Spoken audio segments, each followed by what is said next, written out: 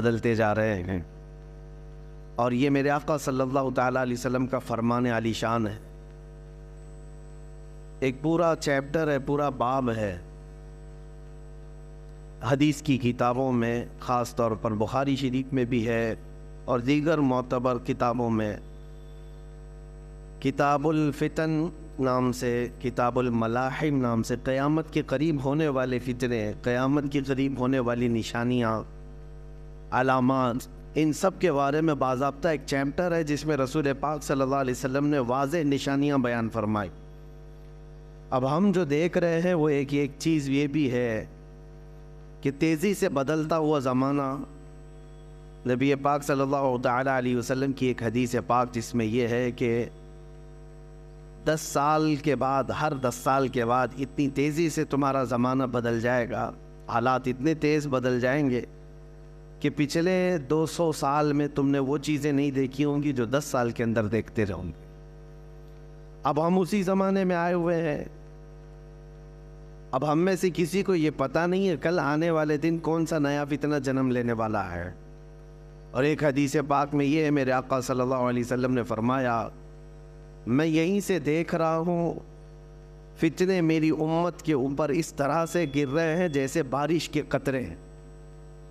بارش کے قطرے جس طرح سے گرتے ہیں اس طرح سے فتنے ظاہر ہو رہے ہیں، اور اس میں کون محفوظ رہے گا کون محفوظ نہیں رہے گا اس کے سلسلے میں بھی حضور نے بشارتیں دی ہیں۔ اور خاص طور پر یہاں کے جو حالات ہیں ہندوستان کے، ایسا نہیں ہے کہ ہم ہی اسٹرگل کر رہے ہیں، تقریباً پوری دنیا میں مسلمان الگ الگ مسائل سے اسٹرگل کر رہے ہیں، سب کے اپنے اپنے مسائل ہیں اور سب انہی معاملات میں الجھے ہوئے ہیں، لیکن ان سب کے پیچھے ایک وجہ یہ ہے، ان کے جو ہم غلام تھے خلق کے پیشوا رہے، ان سے پھرے جہاں پھرا پھر آئی کمی وقار میں۔ ایک اہم وجہ یہی ہے مسلمانوں کے لیے۔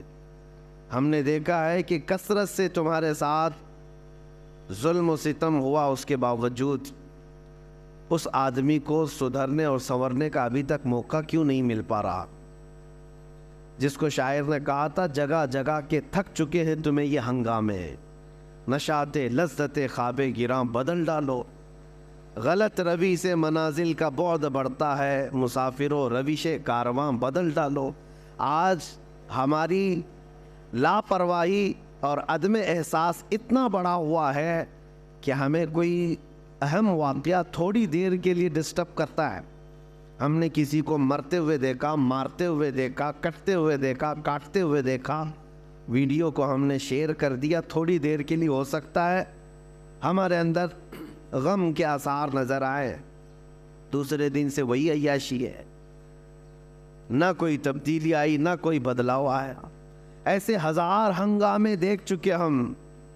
ہمارے ساتھ کیا ہوا؟ اسلام کے ساتھ، قرآن کے ساتھ یہ جو آج دنیا کھیل کھیل رہی ہے، ہونا تو یہ چاہیے جس کے اندر ضمیر زندہ ہو، احساس ہو، وہ اپنی زندگی کو بدلنے کا عزم کر لے کہ کہیں یہ میری شامت اعمال تو نہیں ہے، یہ میرے گناہوں کی وجہ سے اس قدر عذابات تو نہیں آ رہے ہیں، لیکن احساس کیوں نہیں آتا؟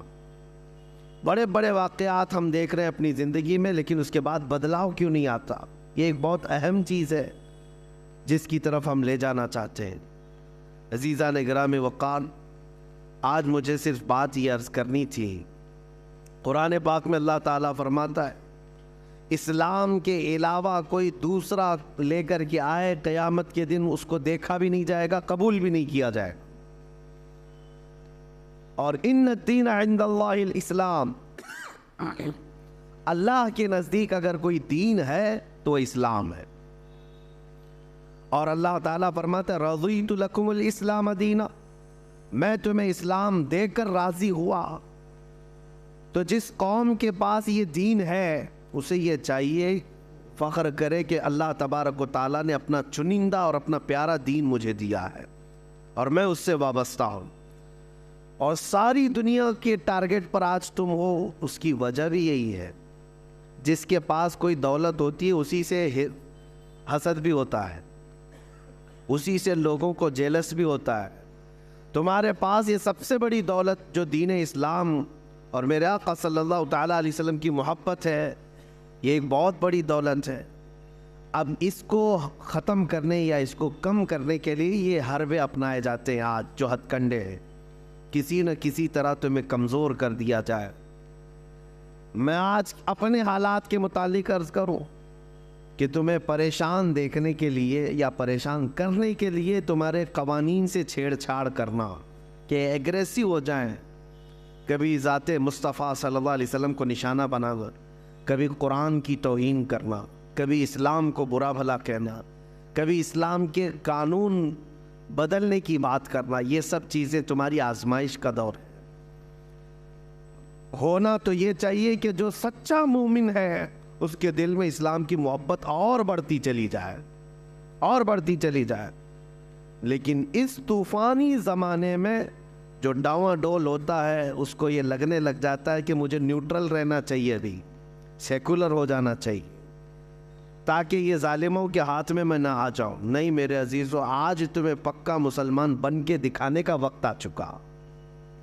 اب نیوٹرل نہیں، سیکولر نہیں، یہ جو لفظ ہے سیکولر، یہ تو منافق کو کہتے ہیں، چھپا ہوا منافق۔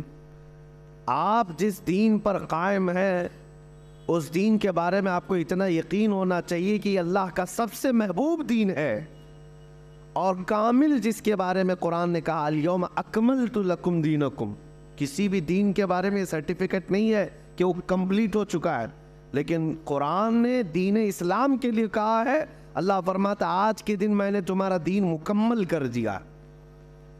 یہودی خود کہتے ہیں کہ اگر یہ آیت ہماری کتاب میں آئی ہوتی، ہماری کتابوں میں آئی ہوتی یہ آیت کہ تمہارا دین کمپلیٹ ہو گیا، وہ کہتے ہیں ہم تو اس آیت کے اترنے کے دن ہر سال عید مناتے ہیں۔ مسلمانوں کو یہ خاصہ ملا ہے، میرے آقا صلی اللہ تعالیٰ علیہ وسلم جب آخری حج میں تھے، حجۃ الوداع کے موقع پر یہ آیت نازل ہوئی، اللہ نے فرمایا آج کے دن دین تمہارا کمپلیٹ ہو گیا، میرے دین میں کوئی گنجائش ہی نہیں ہے کمی کی۔ ہمارے اسلام میں بچے کے پیدا ہونے سے لے کر کے اس کے قبر میں جانے تک کے کسی مسئلے کو تشنا نہیں چھوڑا گیا ہے۔ لے کر کے آؤ، چیلنج ہے ہمارا، جس بھی مسئلے کو لے کر کے آؤ گے زندگی کے گزارنے کے طور طریقے، اسلام نے اس کو تشنا نہیں چھوڑا، خالی نہیں چھوڑا، مسائل موجود ہیں۔ حتیٰ کہ یہودی اس بات کا مذاق اڑاتے تھے۔ حضرت سلمان فارسی رضی اللہ تعالیٰ عنہ ایک جگہ سے گزر رہے تھے، پیشاب کرتے وقت ڈھیلے کا استعمال، تو انہوں نے کہا کیا تمہارے دین میں یہ بھی بتایا جاتا ہے؟ حضرت سلمان فارسی رضی اللہ تعالیٰ عنہ نے فرمایا ہاں بے شک، میرے دین میں کسی بھی چیز کو چھپایا نہیں گیا، حتیٰ کہ عدد بھی بتائی گئی ہے کہ کتنے ڈھیلے استعمال کرے تو پاک ہو جائے، بیٹھ کر کے کرے، کھڑا ہو کر کے کرے، کسی بھی چیز کو خالی نہیں چھوڑا گیا۔ اور میرا یہ چیلنج ہے، دنیا کی کسی بھی قوم کو لا کر کے پڑھ کر کے بتاؤ، بہت سارے مسائل سے وہاں پر صرف نظر کر لیا گیا، یا تو بچوں کے متعلق مسائل نہیں ملیں گے، یا عورتوں کے متعلق نہیں ملیں گے، یا بوڑھوں کے متعلق نہیں ملیں گے، یا شادی شدہ مسائل، یا پھر تجارت کے معاملات، پڑوسیوں کے معاملات۔ لیکن دین اسلام ایسا نہیں، اس میں تو اتنے باب ہیں، اتنے ابواب ہیں، اتنے چیپٹر ہیں کہ پوری زندگی کو گھیرا ہوا ہے۔ اور آج کے درندے اٹھ کر کے یہ کہتے ہیں، یہ جو یونیفارم سول کوڈ کا مسئلہ جو اٹھایا گیا ہے کیا ہے؟ ان کو اچھی طرح سے پتا ہے کہ دین اسلام پورے قوانین رکھتا ہے۔ میں ان سے پوچھتا ہوں کہ 100 سال پہلے چلے جائے، تمہارے پاس لا کی کتاب کہاں ہے؟ قوانین کہاں ہیں؟ ایک ملک چلانے کے لیے جو قوانین ہوتے ہیں، لا ہوتے ہیں، اس کی تاریخ ڈھونڈ کر کے لاؤ، کون سا ملک لا کے تحت چلتا تھا۔ یقین جانو میرے عزیزو، پوری دنیا کو حکومت چلانے کے قوانین دینے والا سب سے پہلا دین اسلام، سب سے پہلا لا کے تحت ایک پوری کنٹری چلنا چاہیے، یہ اسلام نے دیا ہے، ورنہ تو پہلے بادشاہوں کے قانون چلتے تھے۔ آپ رومن امپائر کو دیکھیں، پرشین امپائر کو دیکھیں، اسلام سے پہلے ان کے یہاں کوئی قانون کی کتاب نہیں ہے، بادشاہ کو رات میں کوئی خواب آ گیا، صبح وہ قانون بن جائے گا. بادشاہ کو کوئی اچھی چیز لگ گئی، وہ دوسرے دن قانون بن کر کے سب پر نافذ ہو جاتا. تو وہاں پر تو ایمپائر ہوتا تھا، شہنشاہ جس کو کہتے ہیں، بادشاہ جس کو کہتے ہیں، اس کے قوانین چلتے تھے. یہ دین اسلام نے قوانین مرتب کر کے عطا کیا ہے. دین اسلام نے لوگوں کو چلنے کا طریقہ بتایا، اور اس میں کسی کا بھید بھاؤ نہیں رکھا گیا. یہاں سب کو برابر رکھا گیا. یہ لوک پال بل کی بات کرتے رہے، نہ ہی لا سکے نہ ہی کر سکے، جس کا مطلب یہ تھا کہ اونچے عہدے والا بھی جواب دہ ہوگا، ذمہ دار ہوگا سوالوں کے جواب کا، لیکن یہ کبھی نہ لا سکیں گے. جن کے کرتوت کالے ہوں وہ کب عدالت کا سامنا کر سکتے ہیں؟ ہاں، یہ سارے مسائل اگر دیکھنا ہے تو اسلام کے دامن میں دیکھو. سیدنا عمر فاروق رضی اللہ تعالیٰ عنہ مسجد میں کھڑے ہیں، مسجد نبوی میں، اور عین خطبے کے دوران آپ نے پوچھا کسی کو کوئی سوال ہے؟ ایک صحابی کھڑے ہو گئے، دیہات کے رہنے والے. کہا ہاں، آپ کے متعلق ہی سوال ہے. کہا مال غنیمت میں جو کپڑا آپ نے تقسیم کیا تھا سارے لوگوں کو، اس کپڑے سے کسی کا بھی پورا جبہ نہیں بنا، آپ کا پورا جبہ کیسے بن گیا؟ سب کو کپڑا اتنا ملا تھا کہ پورا جبہ نہیں بن سکتا تھا، آپ کا کیسے بنا؟ یہ سوال پوچھنے کا حق صرف اسلام نے دیا تھا. پہلے بادشاہوں کو کوئی سوال کرتا تو گردن مار دی جاتی، ختم کر دیا جاتا. سیدنا عمر فاروق رضی اللہ تعالیٰ عنہ نے یہ نہیں فرمایا کہ کون بدتمیز ہے جو یہاں پر بدتمیزی کر رہا ہے. نہیں، گلے سے لگایا اور فرمایا میں تمہیں جواب دیتا ہوں. در حقیقت مال غنیمت میں مجھے بھی کپڑا ملا تھا، میرے بیٹے عبداللہ کو بھی کپڑا ملا تھا. عبداللہ نے اپنا کپڑا مجھے ہبہ کر دیا، دونوں ملا کر کے سلایا، میرا جبہ بن گیا. جواب دینے کا حق امیر المومنین کے پاس. وہ جواب دیتے. اور اس کے بعد آپ نے فرمایا جب تک دین اسلام میں یہ نظام رہے گا، اس نظام کو کوئی درہم برہم نہیں کر سکتا. عزیزان گرامی وقار، ہزاروں مثالیں ہیں، ہزاروں مثالیں ہیں. ان ظالموں کو آج قوانین اسلام کی طرف انگلی اٹھانے کی جرت صرف اس لیے ہے کہ یہ اپنی سیاسی روٹیاں سینکنا چاہتے ہیں، باقی کوئی مطلب نہیں. اب ہونا کیا چاہیے؟ جو ایک خلفشار ہے اور ایک بہت زیادہ افواہیں پھیلی ہوئی ہیں مسلمانوں کے بیچ میں، کیا کرنا ہے؟ تنظیمیں اپنا کام کر رہی ہیں، خانقاہیں اپنا کام کر رہی ہیں، مدرسے، مساجد، ٹرسٹ اپنا کام کر رہی ہیں. یونیفارم سول کوڈ نہیں لاگو ہونا چاہیے، اس کے یہ خطرے ہیں، اس کے وہ خطرے ہیں. ان سے تھوڑا ہٹ کر کے میں یہ کہتا ہوں، ان سے کب تک احتجاج کرتے رہو؟ نہ ہی ہمارے احتجاج کا ان کے اوپر کوئی اثر پڑتا ہے. یہ ایسی ظالم قوتیں بیٹھی ہوئی ہیں جن کے سامنے ہزاروں کا مر جانا بھی کوئی اثر نہیں کرتا.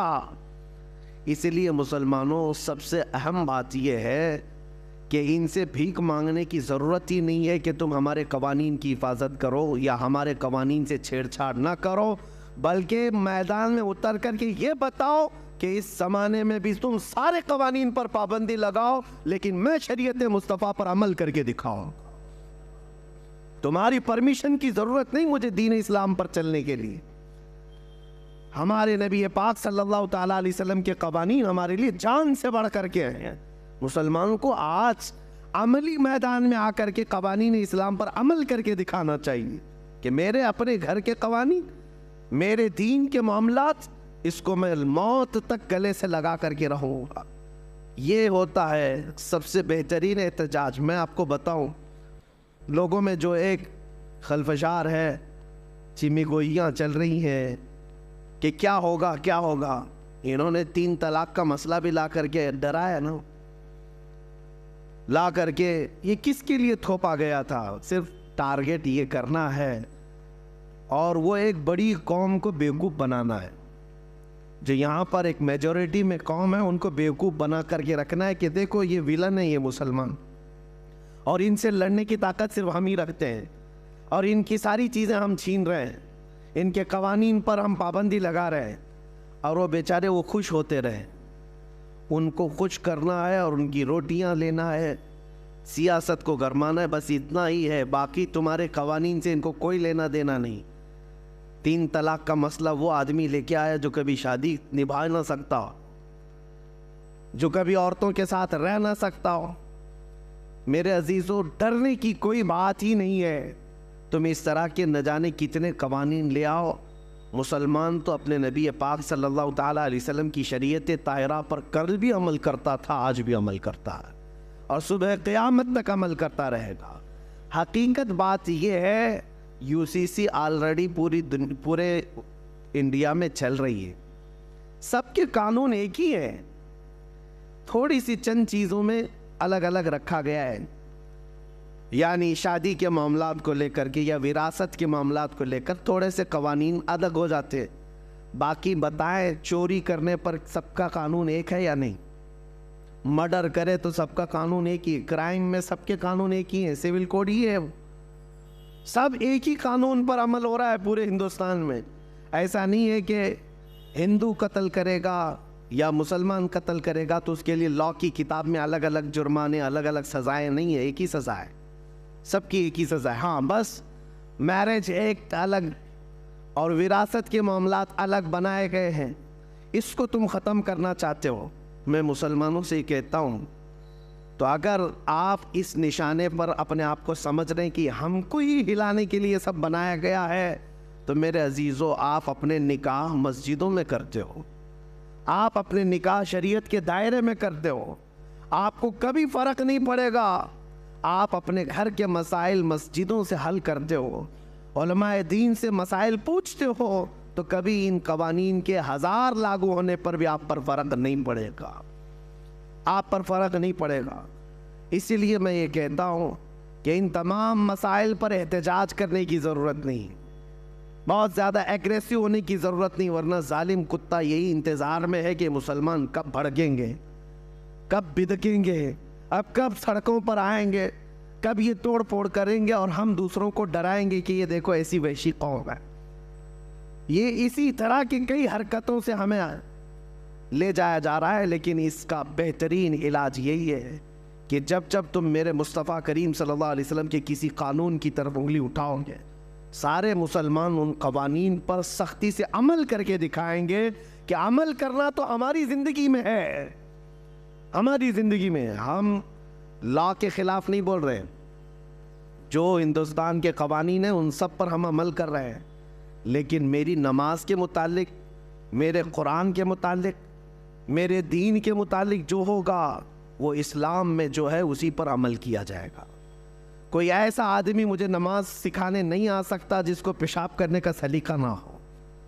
بہرحال تمہارا دین کمپلیٹ ہے، کامل ہے، اکمل ہے، اور اس سے بہترین دین ہے ہی نہیں۔ اس بات کا یقین لے کر کے چلو۔ میں ان سے کہتا ہوں، ذرا جھانک کر کے دیکھتے تاریخ کے اوراق میں اسلام نے جو عدل و مساوات پوری دنیا میں قائم کی ہے، وہ غیروں کی کتابوں سے اگر میں آپ کو بتاؤں، اپنوں کی نہیں، غیروں کی لکھی ہوئی کتابیں، ان کو آج تک جو بھیک مانگتے ہوئے کسان ان کے پاس قانون کے لیے آئے، انصاف دینے کی نوبت نہ آ سکی، جو کھلاڑی وہاں پر ان سے انصاف مانگتے رہے، انصاف دے نہ سکے، پورے لوگ سڑکوں پر رہے، انصاف دے نہ سکے، اور پارلیمنٹ میں بیٹھ کر کے اگر قوانین اسلام کو نشانہ بنانے کی کوشش کرتے ہیں تو میں دعوت دیتا ہوں، آؤ دیکھو دین اسلام۔ تم یہ کہتے ہو اس کا اکروچ تھا، ظلم تھا، بڑھتے چلے گئے۔ ایک روایت میں نے پڑھی آج ہی، عمر ابن عبدالعزیز رضی اللہ تعالیٰ عنہ کا زمانہ خلافت ہے۔ حضرت عمر ابن عبدالعزیز، ان کو 5واں خلیفہ راشد بھی کہا جاتا ہے، اتنا عدل تھا ان کا۔ ان کے زمانے میں سمرقند، جو آج ازبکستان وغیرہ رشیا کے علاقوں میں آتا ہے، سمرقند پر اسلامی فوج نے حملہ کیا اور پورے سمرقند کو فتح کر کے اپنا جھنڈا پھیلا دیا، اور سپہ سالار کون تھے؟ حضرت قتیبہ۔ اور جیسے ہی سمرقند فتح ہو گیا، اعلان ہو گیا کہ یہاں پر مسلمانوں کی حکومت ہے اب، تو لوگ دوسرے دن صبح اٹھے اور ان کو ایسا لگا کہ یہ اچانک ہو گیا ہے۔ تو وہاں پرانا چرچ تھا، وہاں ایک پادری رہتا تھا، اس نے کہا یہ کیسے؟ ہم نے سنا ہے مسلمان اس طرح سے اچانک نہیں کرتے، لیکن 50,000 کی فوج قتیبہ کے ساتھ ہے، کون مقابلہ کرتا؟ اس عیسائی نے اپنے چند ساتھیوں سے مشورہ کیا کہ یہ ایسا مناسب نہیں ہے، ہم ان کے خلیفہ کے پاس جاتے ہیں۔ تو وہ ملک شام آیا چند ساتھیوں کو لے کر کے۔ دمشق میں عمر ابن عبدالعزیز اس وقت رہا کرتے تھے۔ جب دمشق آئے تو اس عیسائی نے لوگوں سے پتہ پوچھا کہ خلیفہ وقت کہاں ہے۔ لوگوں نے جو اشارہ دیا، پتہ بتایا، اس پتے پر آ کر کے دیکھا تو ایک چھپر کا گھر ہے اور ایک دبلا پتلا آدمی کپڑے سیتا ہوا بیٹھا ہے۔ یہ عیسائی پادری قریب آیا اور اس نے کہا انہوں نے دھوکہ دیا مجھے۔ پلٹ کر کے پھر کہنے لگا میں مسلمانوں کے خلیفہ کے پاس آنا چاہتا ہوں۔ تو ایک بوڑھے شخص نے کہا وہ جو کپڑے سل رہا ہے وہی خلیفہ ہے، وہی ہے جس کا رعب و دبدبہ اتنا تھا عمر ابن عبدالعزیز کا۔ اللہ اکبر، آپ تاریخ پڑھیں، عمر ابن عبدالعزیز کے زمانے میں 200 کلومیٹر دور بھی اگر کوئی بیٹھا ہوا ہے تو نا انصافی کرنے سے گھبراتا تھا، ڈرتا تھا کہ عمر ابن عبدالعزیز کا دور چل رہا ہے۔ اور اس خلیفہ کا وقت یہ ہے کہ ایک چھپر کے گھر کے نیچے بیٹھے ہوئے کپڑے سل رہا ہے۔ اس عیسائی پادری نے سوچا کہ ان سے مجھے کیا انصاف ملے گا، 50,000 کی فوج لے کر کے جو سپہ سالار میرے شہر پر حملہ آور ہوا ہے اس کے بارے میں کیا بتاؤں گا۔ کہا کہ پھر بھی کہہ دیتا ہوں۔ عمر ابن عبدالعزیز کے پاس آیا اور کہا میں سمرقند سے آیا ہوں، میری ایک شکایت ہے۔ کہا بتاؤ کیا ہے۔ کہا کہ آپ کا ایک سپہ سالار تقریباً 50,000 کی فوج لے کر کے آیا ہے، آس پاس کے علاقے فتح کرتے ہوئے اچانک رات کو ہمارے شہر پر حملہ کیا اور دوسرے دن فتح کا اعلان کر دیا۔ کہا کیا چاہتے کیا ہو؟ کہا میں نے سنا ہے کہ جب کبھی مسلمان فوجی جاتے ہیں کسی جگہ پر تو سب سے پہلے ان کو دعوت پیش کرتے ہیں عدل و مساوات کی، اسلام کی، امن کی، اور اگر وہ سامنے والے ماننے کو تیار نہیں اور جنگ کرنے پر تیار ہو تو جنگ کرتے ہیں اور اس کے بعد فتح کا اعلان کرتے ہیں۔ لیکن آپ کا سپہ سالار آیا، نہ اس نے ہم کو کسی چیز کی دعوت دی، نہ بلایا، نہ یہ ہمارا مقابلہ ہوا، راتوں رات فتح کر کے وہ اپنے جھنڈے گاڑ دیا۔ حضرت عمر ابن عبدالعزیز نے ایک خط نکالا، خط پر لکھا اور کہا کہ لے جاؤ قتیبہ کو دے دینا۔ اس خط میں لکھا ہوا تھا کہ ایک قاضی مقرر کیا جائے، فوراً ایک قاضی اسلام مقرر کیا جائے اور اس قاضی کے پاس یہ عیسائی اپنا مسئلہ رکھے گا اور قاضی جو فیصلہ کرے اس پر عمل کیا جائے۔ خط لے کر کے وہ عیسائی آیا، پادری ہے، عیسائی ہے، کہا کہ اس خط کو پتہ نہیں یہ لوگ پھاڑ کے پھینک دیں۔ لیکن جب قتیبہ کے پاس لا کر کے دیا تو اس کے ہاتھ کانپنے لگے سپہ سالار کے کہ عمر ابن عبدالعزیز کا خط آیا ہے۔ پڑھنے کے فوراً بعد قاضی کا انتخاب کرنے کا اعلان کیا کہ خلیفہ وقت کی طرف سے قاضی کے انتخاب کی بات آئی ہے۔ تو اس وقت قاضی کا انتخاب ایسا نہیں ہے کہ 4 لوگ بیٹھ کر کے کر دیتے، جو سب سے پرہیزگار ہوا کرتے، تہجد گزار ہوا کرتے اور علم میں سب سے زیادہ ہوا کرتے، وہ قاضی بننے کے منصب پر آتے۔ قاضی اسلام چن لیا گیا ایک عالم باعمل کو، اور انہوں نے اپنی عدالت لگائی اور کہا کہ کیا مسئلہ ہے اس عیسائی پادری کا۔ اب وہ عیسائی جو پادری تھا اس نے رکھا کہ آپ کی طرف سے یہ جو فوج آئی یہ اچانک آئی، ہمیں موقع نہیں دیا گیا ہے، اور جبکہ اسلام کا ہم نے یہ سنا ہے کہ وہ جہاں جاتے ہیں پہلے دعوت پیش کرتے ہیں امن کی، مساوات کی، عدل کی، اور اگر سامنے والا جنگ کرنے پر تل جائے تو پھر جنگ کی جاتی ہے اور پھر حملہ میں اگر کامیاب ہو جائے تو فتح یاب سمجھا جاتا ہے۔ تو قاضی اسلام نے بلایا قتیبہ، کہا کیا یہ عیسائی پادری جو کہہ رہا ہے وہ صحیح ہے؟ آپ نے ان کو دعوت دی تھی؟ کہا کہ نہیں دعوت دی۔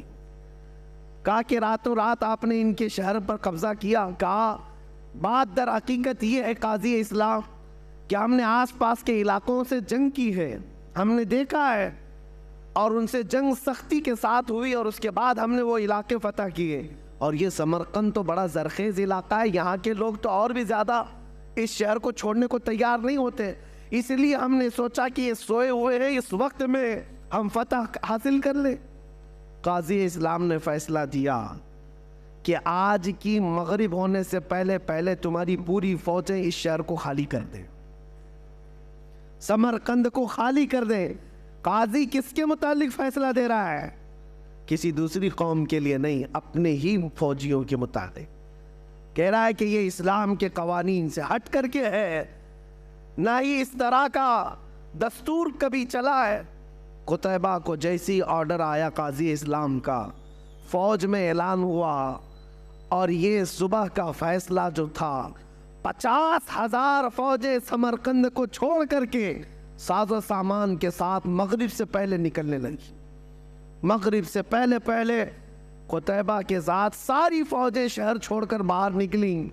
یہ منظر دیکھ کر کے وہ عیسائی پادری اور علاقے کے لوگ حیران تھے کہ ایک کپڑے سلتا ہوا بیٹھا دبلا پتلا آدمی اتنا پاور رکھتا ہے کہ ایک خط بھیج دیا جائے، اور پھر اگر اس کا خط یہاں آ گیا تو قاضی مقرر کرنا تو اس کا کام ہے، اپنے رشتہ دار کو بٹھا دیتا، اپنے حق میں فیصلہ لے لیتا، نہیں کیا، بلکہ قاضی اس کو منتخب کیا جو قرآن و سنت کا سب سے زیادہ جاننے والا تھا۔ اور قاضی کو بھی یہ چاہیے تھا کہ فیصلہ دیتا تو اپنی قوم کو دیکھ کر کے دیتا، لیکن قاضی نے وہی فیصلہ دیا جو اسلام کہتا تھا۔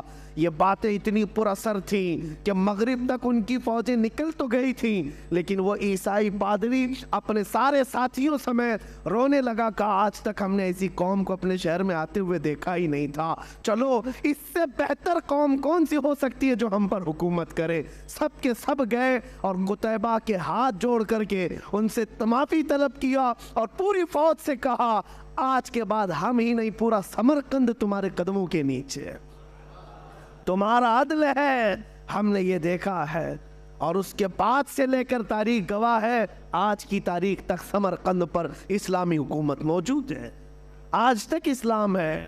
عزیزان گرامی وقار، یہ وہی سمرقند و بخارا کی بات کر رہا ہوں جہاں سے کبھی امام بخاری پیدا ہوئے، امام مسلم، یہ بڑے بڑے محدثین اسی علاقے سے آئے ہوئے ہیں۔